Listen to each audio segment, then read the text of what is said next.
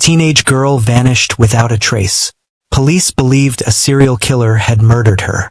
Her family held a memorial service, and an innocent man was nearly convicted of her murder. Then, 5 years later, detectives opened a bedroom closet and found the dead girl hiding inside. How did she disappear for 5 years without anyone knowing? This is one of the strangest missing person cases ever solved. Before we continue, make sure you subscribe and turn on notifications because stories like this remind us that truth can be stranger than fiction. Our first case begins in a quiet town in Australia in the winter of 1998.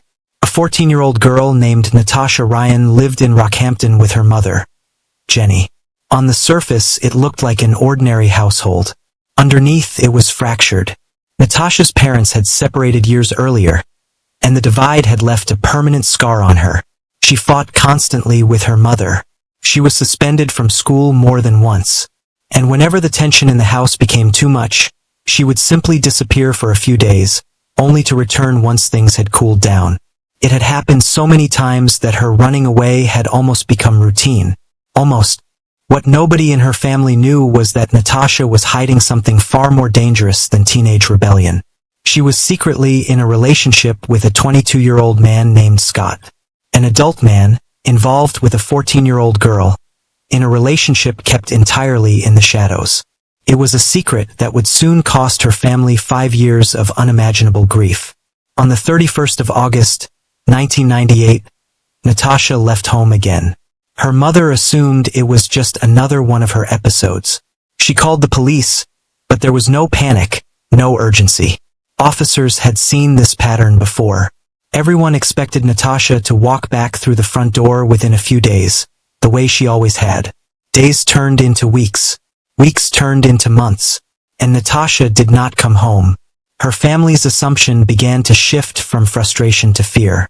Maybe this time she hadn't run away at all. Maybe someone had taken her.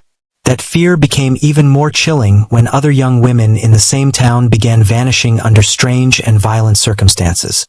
Rockhampton, once a place of quiet routine, was slowly becoming a town gripped by dread. Investigators began to suspect that whoever was responsible for the other disappearances might also be responsible for Natasha's. Then, in April of 1999, police caught the break they had been waiting for. Another young woman went missing, but this time, there were witnesses. They described the man and they described his vehicle. His name was Leonard Fraser, a man already known to authorities, a man with a violent criminal history stretching back years. Police moved quickly, but they were too late to save his latest victim. Fraser was arrested, and investigators immediately suspected he was connected to the disappearances that had haunted the town, Natasha's included. At first, Fraser said nothing. He sat in custody, refusing to cooperate, while detectives pieced together a case around him. But behind bars, something changed. Word spread among the other inmates about what Fraser had done, and suddenly his own life was in danger. Terrified of being killed inside the prison walls, Fraser began looking for a way out of general population, and he knew exactly what leverage he had. He offered a deal. If police moved him into protective custody, somewhere safe from the other prisoners who wanted him dead, he would give them what they wanted. A confession. And confess he did. Leonard Fraser admitted to killing 4 people. One of those names was Natasha Ryan. For Natasha's family, this was the end of their 5-year nightmare. Except it was the wrong ending entirely. They held a memorial service. They mourned a daughter they believed had been murdered years earlier and never found. Neighbors comforted Jenny. The community grieved alongside her. As far as anyone knew, Natasha Ryan was dead. But she wasn't. While her family wept over an empty memorial, Natasha was alive, only a few kilometers away, hiding inside her boyfriend's apartment. For years, she had barely left the building. She kept the curtains closed. When she did step outside, it was only ever after dark. And whenever visitors came to Scott's home, Natasha would slip into a bedroom closet and wait in complete silence until they left. Think about that for a moment. A missing girl, presumed dead by an entire town, curled up inside a closet just minutes from the childhood home she once ran from. When Natasha heard that a man named Leonard Fraser had confessed to murdering her, she was horrified, but not for the reason you might expect. She knew the confession was a lie, and yet, she said nothing. The deception had grown so large, so consuming, that she convinced herself it was too late to come forward. So she stayed hidden while a man's trial moved forward on the false claim that he had killed her. It might have stayed that way forever, if not for a single anonymous letter. Someone mailed a note to the police. It read simply that Natasha Ryan was alive and well, along with a phone number. Detectives traced that number to a small apartment in the suburb of Frenchville. Investigators were skeptical. They still believed, based on Fraser's confession, that Natasha was dead. But they decided to follow the tip anyway, just to be thorough. In April of 2003, officers arrived at Scott's front door. He answered, and when asked about Natasha, he insisted she wasn't there. But something about his demeanor gave the police reason to push further. They stepped inside. They walked toward the bedroom. They opened the closet door. And there she was, Natasha Ryan, alive, exactly where she had hidden herself for years, found at last. Not by a detective's brilliant deduction, but by a single letter someone decided to send. The story that followed stunned the entire country. Because Natasha was alive during Fraser's ongoing murder trial, she was called to testify, and in court, she stated plainly that she had never even met the man accused of killing her.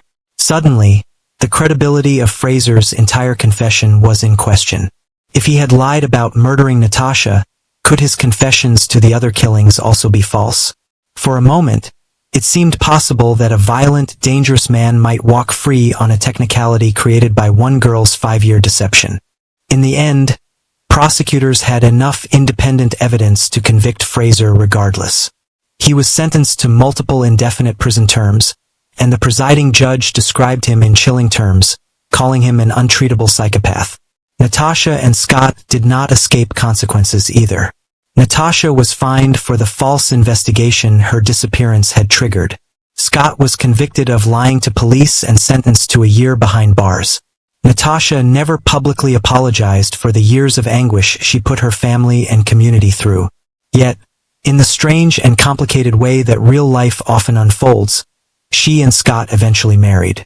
They went on to raise 3 children together, carrying the weight of one of the strangest missing person cases in Australian history.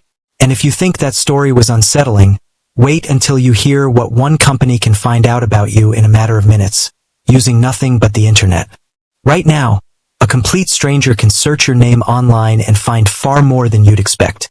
Your phone number, your home address, even the names of your family members, all sitting on data broker websites, ready for anyone willing to pay. This is not a hypothetical. It happened to real people, and the consequences were terrifying.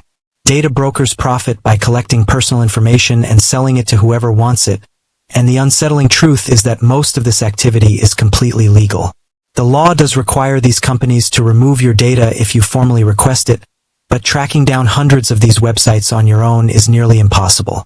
That is where a service like Aura comes in.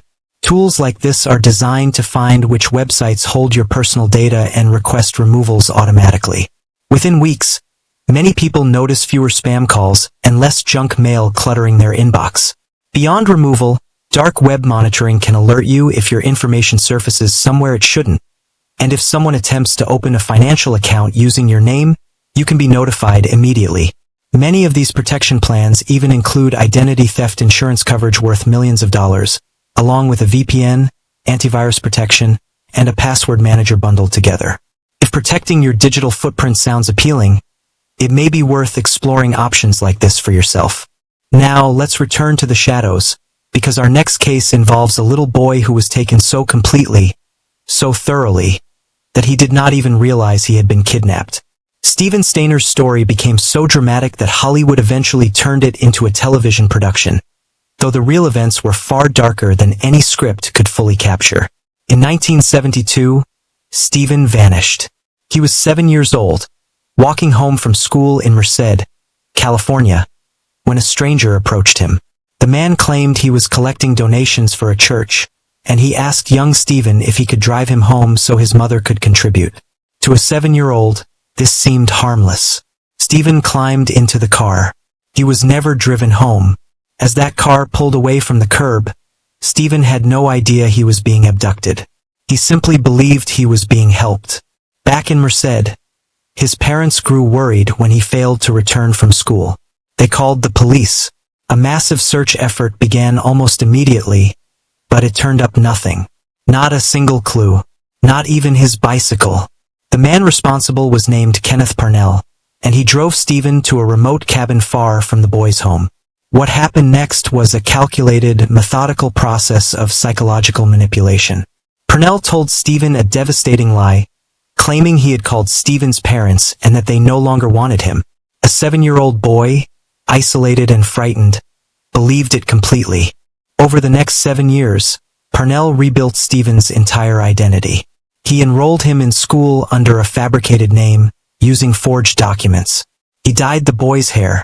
Everyone in their community believed Parnell was simply a father raising his son.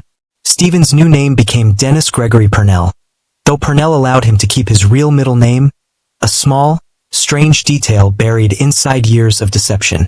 As the years passed, Stephen grew into adolescence inside this manufactured reality.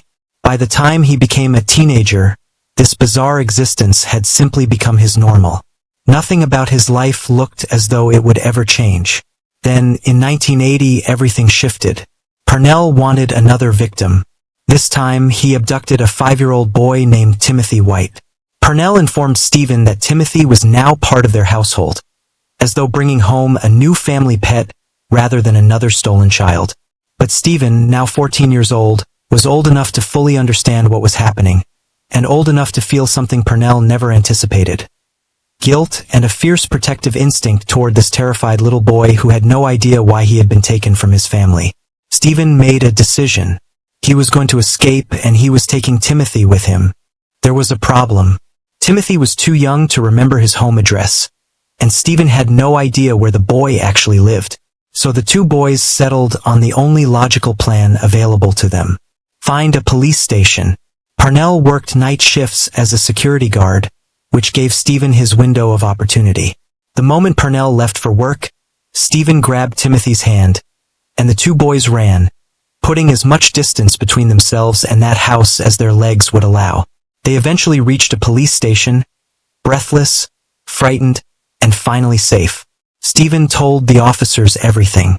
In his handwritten statement that night, he wrote something that still gives people chills decades later. He said he was fairly certain his first name was Stephen, that his last name was likely Stainer, and that if he had a middle name at all, he simply did not know it. A boy who had once known exactly who he was had spent 7 years slowly forgetting. Police arrested Kenneth Parnell that very night. Both boys were reunited with their families, and Stephen's homecoming became front-page news across the country. He was hailed as a hero for saving Timothy's life, appearing on magazine covers and television specials. For a brief moment, it looked like an incredible, triumphant ending. It wasn't. If you're still watching at this point, drop a comment with, "I'm still here." Let's see who's truly following this shocking story. Stephen's return home came with struggles nobody anticipated.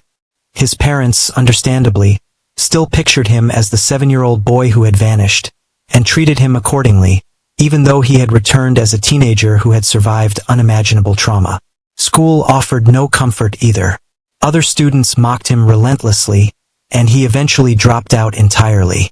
At 20 years old, Stephen married, and over the following 4 years, he and his wife welcomed 2 children into their family.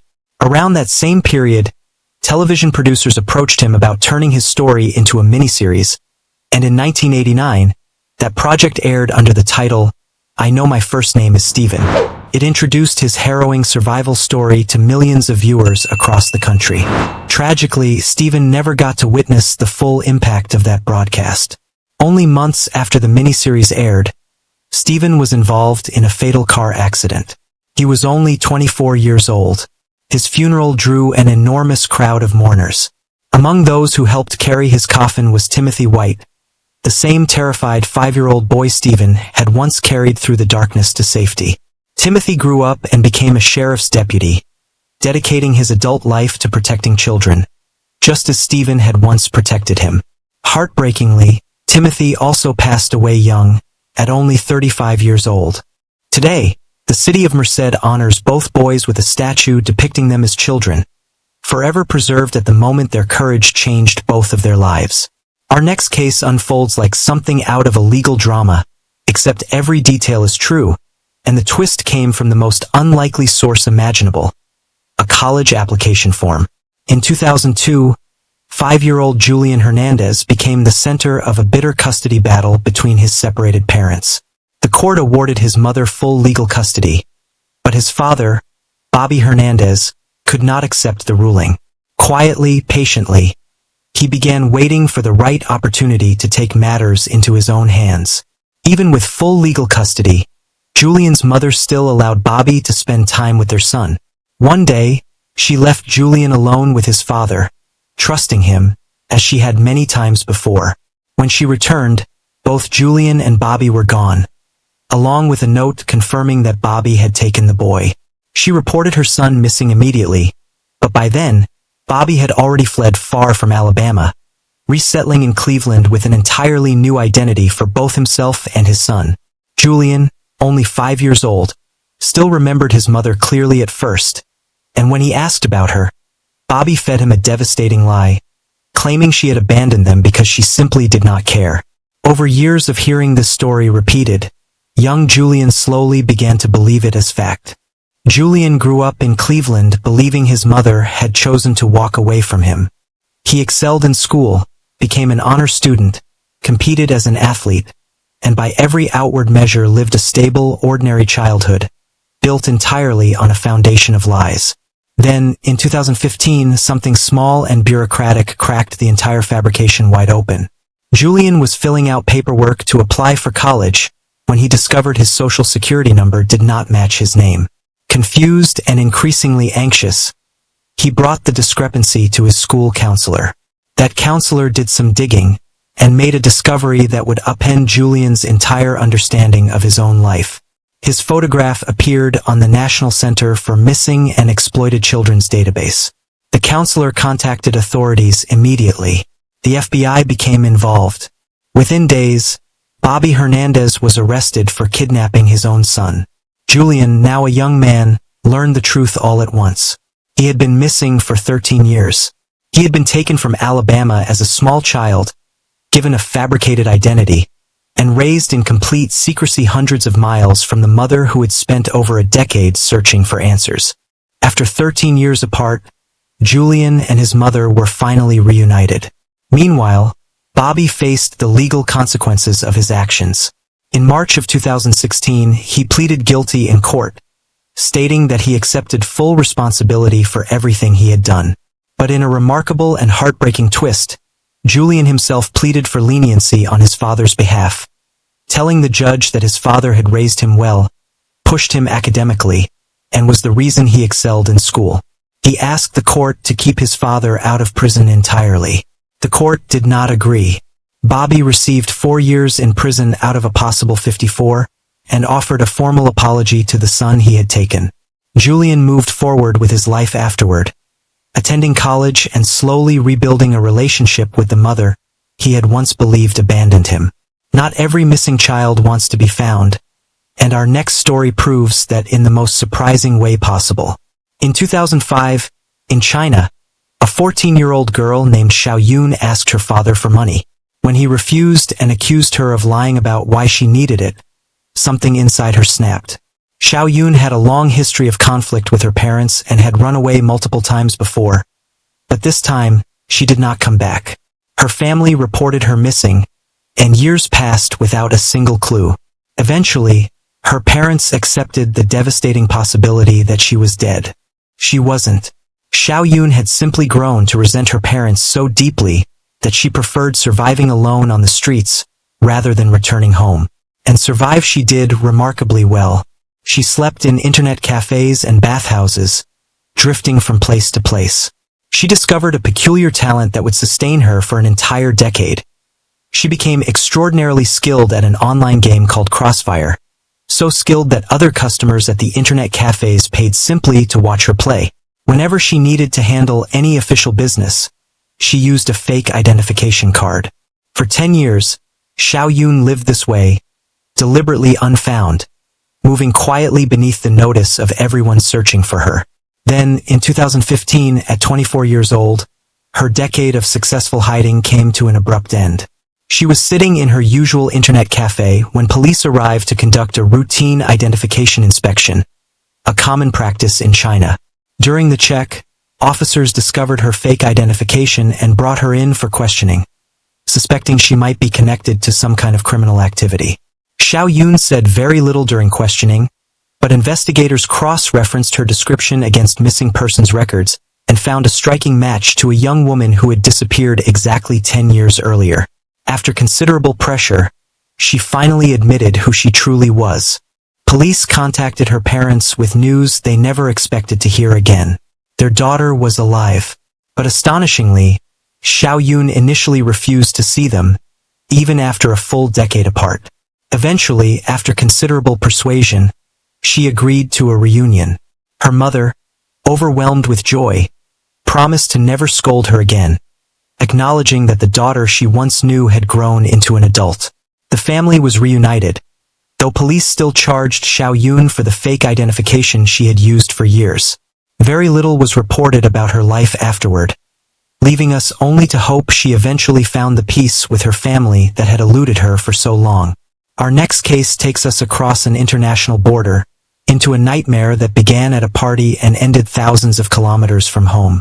In 2004, 16-year-old Connie Malister was dating a 22-year-old man named Freddie Ruiz, an age gap that already made the relationship deeply troubling.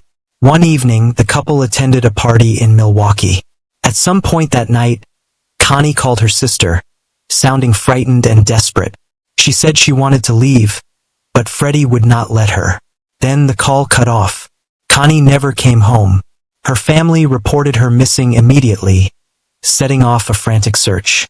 Days later, Connie called her family again, but this time, Freddie was on the line as well. Both insisted they were fine and refused to reveal their location.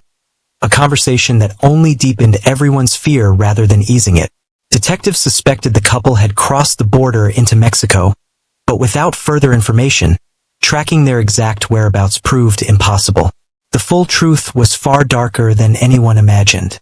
That night at the party, Freddie had decided he wanted Connie entirely to himself, and acted on that obsession in the most horrifying way.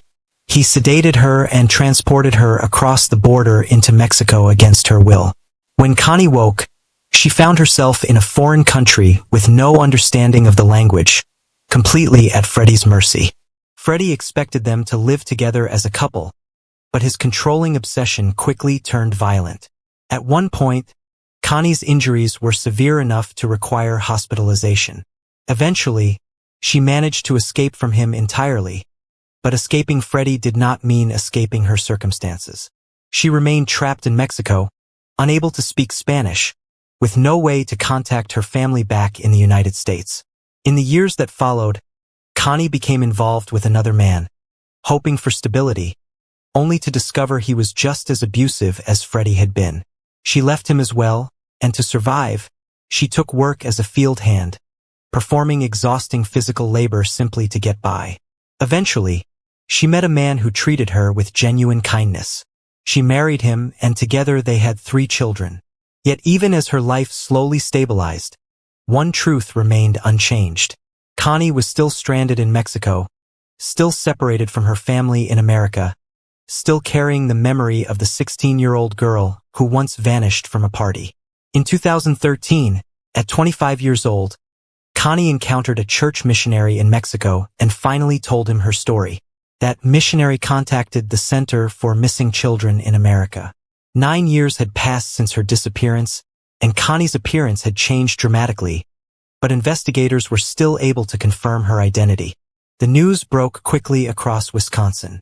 A woman abducted as a teenager in 2004 had been found alive in Mexico, now the mother of 3 children.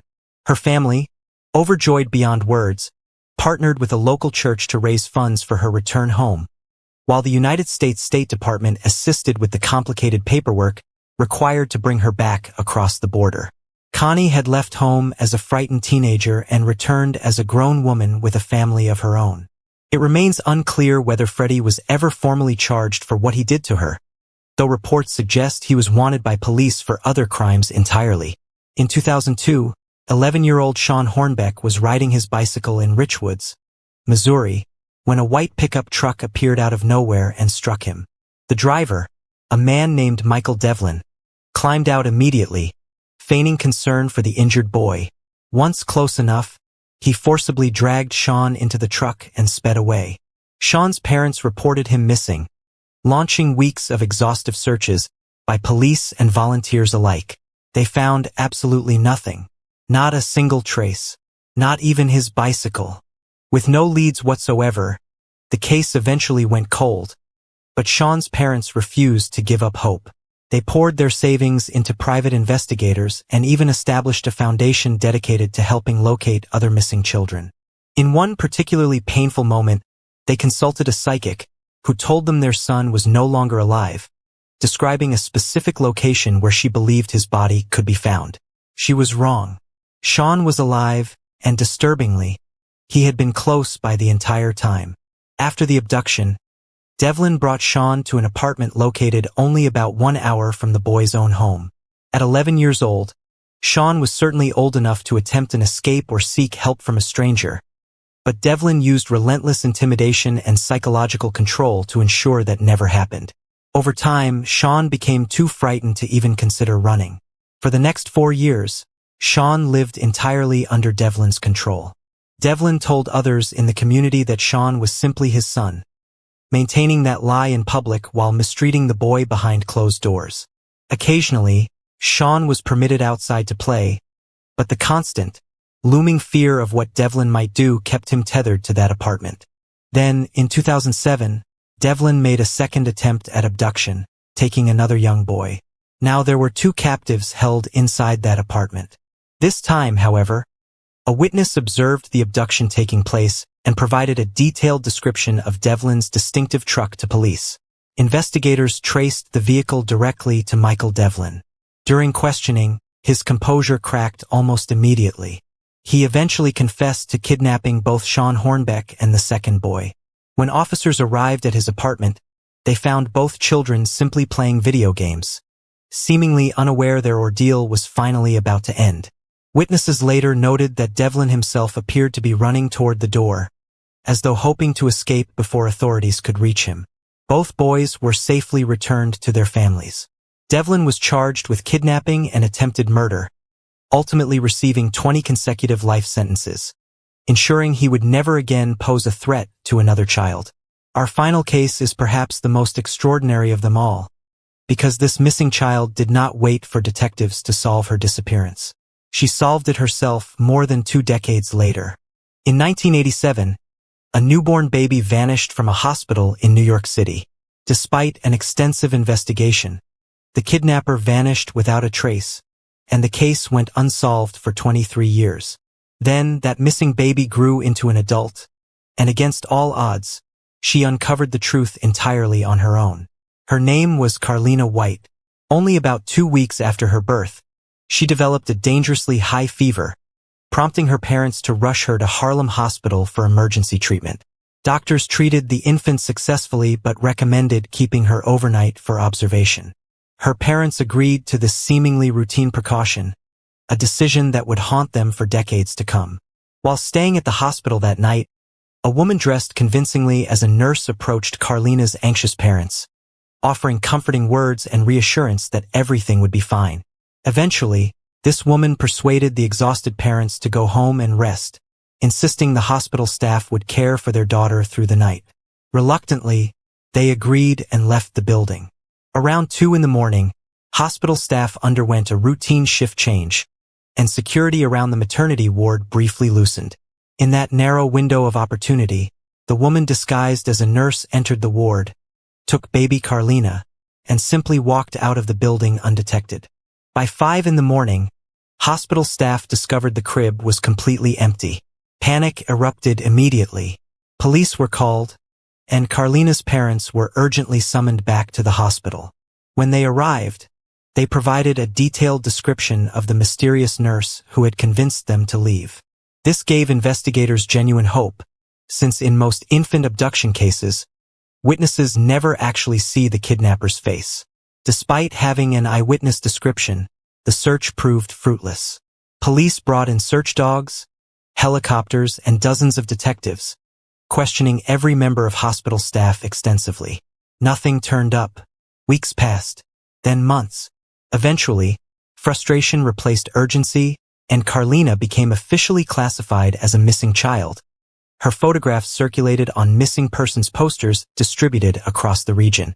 Over time, public attention faded, but her parents never once stopped searching, never once stopped hoping. Meanwhile, the woman responsible believed she had gotten away with it completely. Her name was Ann Petway, and her motivation, while disturbing, revealed a woman consumed by desperation rather than malice. For years, Ann had desperately wanted a child of her own, suffering multiple devastating miscarriages along the way. Eventually, she accepted that she might never carry a pregnancy to term. Adoption remained a legitimate option available to her, yet for reasons she never fully explained, she rejected that path entirely, choosing instead to simply steal a child. She disguised herself convincingly as a hospital nurse, manipulated two grieving, exhausted parents into leaving their newborn unattended, and walked out with their daughter. Afterward, she relocated to Connecticut, raising the stolen infant as her own under the name Nedra, later shortened affectionately to Nettie. Carlina grew up genuinely believing Ann was her biological mother. Yet something always felt subtly wrong. She noticed she bore no physical resemblance to the woman raising her, a nagging discrepancy she could never quite explain away. Everything changed in 2005. Carlina, now 18 years old and pregnant with her own child, visited a medical clinic and was asked to provide her birth certificate in order to apply for health insurance. There was an enormous problem hiding beneath that simple bureaucratic request, and Petway had never actually given birth to her. No legitimate birth certificate existed. Desperate to maintain the decades-long deception, Ann fabricated a fraudulent document and handed it to Carlina. That decision backfired catastrophically. Officials immediately flagged the certificate as forged. Furious and confused, Carlina confronted Ann directly, demanding answers. The argument that followed was explosive, and it forced a confession, though only a partial one. Ann finally admitted that she was not Carlina's biological mother, but rather than confessing to kidnapping, she claimed Carlina had simply been abandoned as an infant by a drug-addicted birth mother. Carlina did not believe a single word of that story. Months later, after giving birth to her own daughter, Carlina made a decision that would finally unravel this decades-old mystery.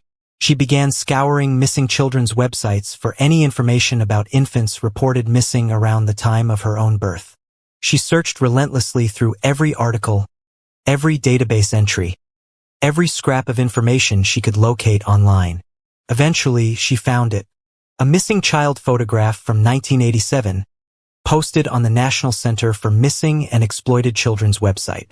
The infant in that photograph bore a striking, undeniable resemblance to Carlina's own newborn daughter. Carlina immediately called the organization's hotline. Investigators contacted the biological parents whose daughter had vanished 23 years earlier. DNA testing was arranged, and the results confirmed what Carlina had suspected all along. She was, without question, the baby stolen from Harlem Hospital in 1987. In early 2011, Carlina finally met her biological parents for the very first time, more than 2 decades after being taken from their arms in a hospital nursery. Shortly afterward, police issued an arrest warrant for Ann Petway. She was ultimately convicted and sentenced to 12 years in prison for the abduction. Remarkably, despite her fury over being stolen as an infant and raised under a false identity for her entire childhood, Carlina made the complicated decision to maintain some form of contact with the woman who took her. She has stated that she still writes letters to and in prison, describing their relationship as complicated, layered with both resentment and something resembling affection. A bond forged from 23 years of shared history, however fraudulent its origins. Every single one of these cases began the same devastating way. A child vanished. A family was left with nothing but silence, fear, and unanswered questions that stretched across years, sometimes decades.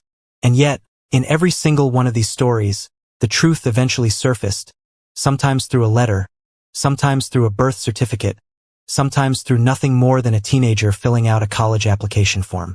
These children were not found because of dramatic detective work or lucky breaks alone.